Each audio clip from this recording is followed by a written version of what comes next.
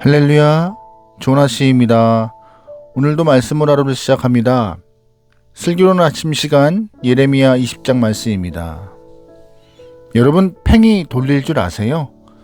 어릴 적 많이 갖고 놀던 장난감인데요. 팽이 돌아가는 것을 과학적으로 설명해 볼 수 있습니다. 팽이가 돌지 않을 때는 운동 에너지가 0인 것이고 정지 에너지가 100이 되었기 때문에 정지 에너지가 팽이를 지배하는 것입니다. 그런데 이 정지에 있던 팽이가 움직이려면 운동 에너지가 정지 에너지보다 더 많아야 합니다. 그래서 팽이를 때리기도 하고 줄로 감아서 던질 때 그 팽이의 운동 에너지는 100이 되는 것이고 정지 에너지가 0이 되어서 팽이가 움직이는 것이죠. 아침부터 팽이 돌리는 거 가지고 이렇게 어렵게 설명하느냐 생각할 수 있겠지만, 쉽게 말해서 계속 움직이려는 운동 에너지가 있어야 그 정지 에너지를 이겨서 팽이가 움직인다는 것입니다. 자전거도 비슷해요. 자전거가 가만히 있으면 정지 에너지가 강하기 때문에 자전거가 한쪽으로 쏠리고 넘어지게 되는 것이지만, 운동 에너지가 발생하면, 즉 페달이 밟을 때 그 운동 에너지가 생겨서 정지 에너지를 이겨서 앞으로 나가는 것입니다. 반대로 다시 움직이지 않으면 정지 에너지가 더 높이 생겨서, 즉 페달을 밟지 않으면 정지 에너지가 점점점 상승하여서 운동 에너지가 줄기 때문에 자전거가 한쪽으로 넘어지는 것이죠. 계속 움직여야 하는 것입니다. 움직이는 운동 에너지가 있어야 정지 에너지를 이겨서 앞으로 전진하든 돌든 계속 활동하는 것입니다. 인생도 같은 맥락이에요. 삶을 살아가는 동안에 낙심과 좌절 때문에, 혹은 또한 우울감이나 무기력 때문에 정지하려 할 때가 있습니다. 낙심과 좌절, 이런 우울과 무기력으로 영원히 일어날 수 없을 것 같을 때는 정지 에너지가 큰 상태이지만, 다시 마음을 가다듬고 목표를 정한 이후에 한 걸음 옮기고 또 한 걸음 옮기면 그 정지 에너지보다 운동 에너지가 점점점 커짐으로 인하여서 그 운동 에너지 때문에 지속적으로 달려갈 수 있고 힘을 낼 수 있고 인생 가운데 넘어지지 않을 수 있는 힘이 생기는 것입니다.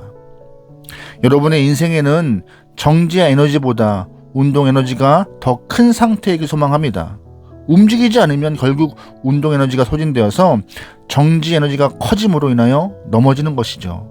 여러분, 그러기에 믿음의 경주를 완주하기 위하여서 끊임없이 움직이는 운동 에너지가 여러분의 삶에 충만하기를 소망합니다. 아멘. 그런데 안타깝게도 본문 속 예레미야는요, 조금 불안한 모습을 보여요. 때로는 자신감 넘치는 파이터의 모습도 보이다가 어느 순간에는 우울증 환자와 같은 모습도 보이기도 합니다. 그럼에도 예레미야는 넘어지지 않습니다. 왠지 아세요? 하나님 말씀을 붙잡고 움직이기 때문에 그 말씀이 운동 에너지를 만들어서 예레미야가 불안해 보이지만 넘어지지 않도록 힘을 주는 것입니다.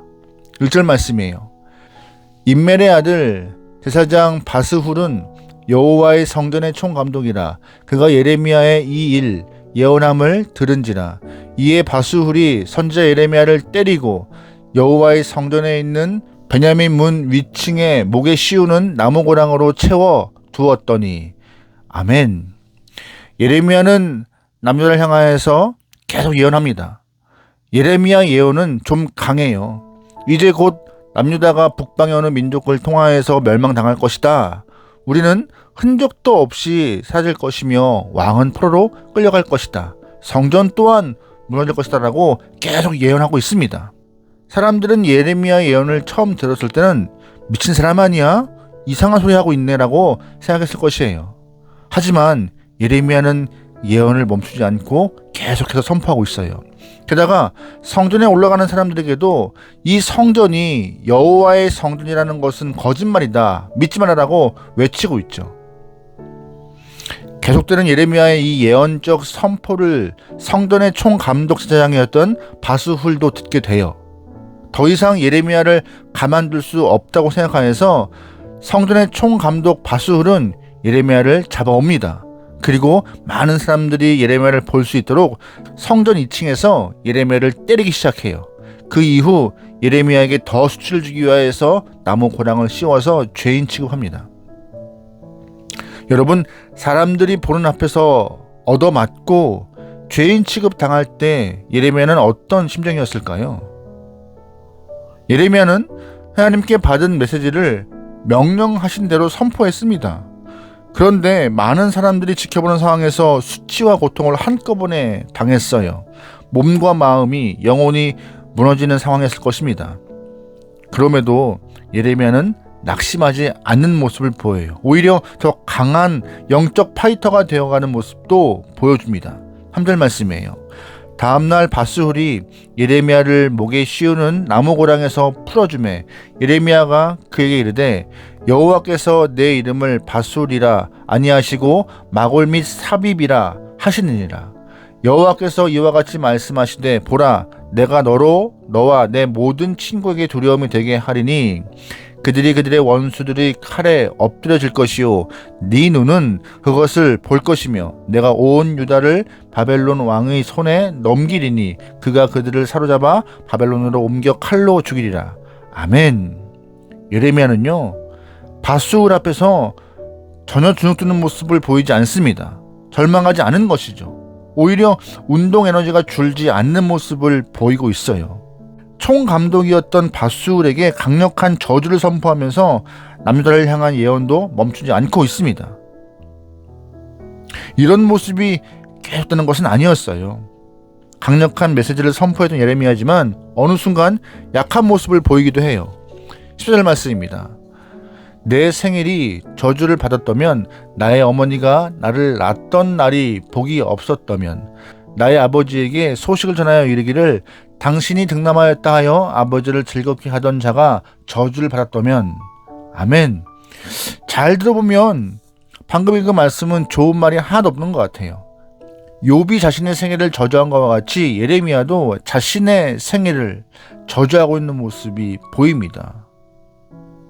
방금 전까지 강한 선지자의 모습을 보였던 예레미야지만 다른 한편으로는 연약한 인간의 모습도 동시에 보여주고 있는 그를 볼 수 있습니다. 사실 우리의 삶도 마찬가지입니다. 어느 때에는 자신감이 충만하여 모든 일을 잘 감당할 수 있는 것과 같이 열정적이었다가 어느 순간에는 또 다 무너지고 쓰러질 것과 같이 힘이 없고 약한 모습을 보일 때가 있죠. 운동 에너지보다 정지 에너지가 더 강하게 우리의 삶을 지배할 때가 그러는 것입니다. 어느 날 좌로 우로 치우치고 견딜 수 없는 약함에 빠져서 무기력해지는 것이 우리의 실존적 모습일 때가 있습니다. 그럼 우리는 그런 무기력한 모습을 갖고 있음에 그 연약함에 지배를 당하는 것이 당연한 것일까요? 아닙니다. 문제는 어떻게 극복해야 하는가, 이것이 가장 큰 숙제인 것이죠. 어떻게 삶에 있어서 정지 에너지보다 운동 에너지를 더 끌어올릴 수 있을까? 이것에 대한 답을 찾는 것이 우리의 숙제예요. 약할 수 있죠. 힘 빠질 수 있죠. 낙심할 수 있죠. 괴로워할 수 있죠. 하지만 거기에서 놔버리는 것이 아니라 그거를 바꾸어서 어떻게 내 삶에 운동 에너지를 더 많이 쌓아놓고 그걸 통하여서 더 움직일 것인가, 더 힘을 낼 것인가, 인생 가운데 승리로 갈 것인가를 답을 찾는 것이 우리의 삶에 필요한 모습인 것입니다. 8절 보겠습니다. 내가 말할 때마다 외치며 파멸과 멸망을 선포함으로 여호와의 말씀으로 말미암아 내가 종일토록 치욕과 모욕거리가 됨이니이다. 내가 다시는 여호와를 선포하지 아니하며 그의 이름으로 말하지 아니하리라 하면 나의 마음이 불붙는 것 같아서 골수에 사무치니 답답하여 견딜 수 없나이다. 아멘. 잘 보시면 말씀 가운데 예레미야가 선포하는 이야기가 이런 이야기였어요. 고통 속에서 포기 직전까지 상황으로 몰릴 때가 있었다. 더 이상 하나님의 말씀을 선포하고 싶지 않을 때가 있었다. 선포하지 않겠다 라고 다짐도 한 경우가 있다라고 말하고 있습니다. 많은 사람들 앞에서 경험한 수치와 고통 때문에 다 포기하고 도망가려 했던 적도 있다고 말하고 있는 것입니다. 하지만 그때마다 예레미야를 붙잡는 것은 무엇이에요? 마음을 지배하였던 하나님의 음성이 힘을 내주고 있던 것이었습니다. 하나님의 말씀이 예레미야의 마음을 지배했기 때문에 그는 멈출 수가 없었던 것입니다. 하나님의 말씀이 예레미야의 영적 동력이 되었기 때문에 정지 에너지가 아니라 운동 에너지가 더 지배를 받는 예레미야의 삶을 볼 수 있는 것이죠. 여러분, 예수님도 같은 모습을 보여주셨어요.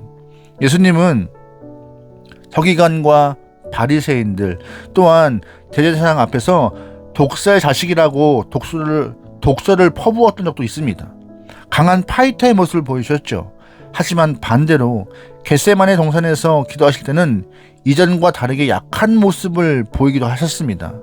그럼에도 예수님이 십자가를 향하여 나가셨던 것은, 마지막까지 사명을 감당하셨던 것은 예수님 마음에 자리 잡고 있었던, 또한 바꿀 수 없었던 하나님의 마음, 또한 사명, 그 하나님의 뜻이 동력이 되기 때문에 마지막 십자가를 완수할 수 있었던 것입니다.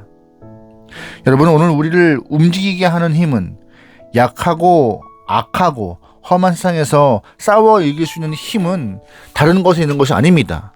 말씀을 통하여서 힘을 얻을 수 있는 것밖에 없는 것입니다. 꼭 기억하셔야 해요. 하나님의 말씀이 우리에게 영적인 동력이 되는 것이고, 우리에게 정제 에너지가 아니라 운동 에너지를 주는 좋은 힘이고 방법인 것입니다. 여러분, 그러기에 오늘도 그 어떤 것보다 주의 말씀을 마음에 새기고 악하고 힘든 세상을 향하여서 도전하고 승리할 수 있는 영혼 되기를 주의 이름으로 축원합니다. 아멘. 기도하시겠습니다. 사랑의 하나님, 오늘도 우리는 험악하고 힘든 세상을 살아갑니다. 그러나 그 상황 가운데 내주하시는 성령님과 말씀의 능력을 믿사오니 우리에게 좌로우로 치우치지 않고 말씀을 통하여 더 힘을 내어 승리하는 삶을 살도록 인도하여 주시옵소서. 내 안의 중심은 세상에 있지 않습니다. 오직 말씀에 내 마음을 두고 귀를 열고 하늘의 은혜를 사모하여서 주님과 함께 동행할 수 있는 아름다운 영혼도록 인도하여 주시옵소서.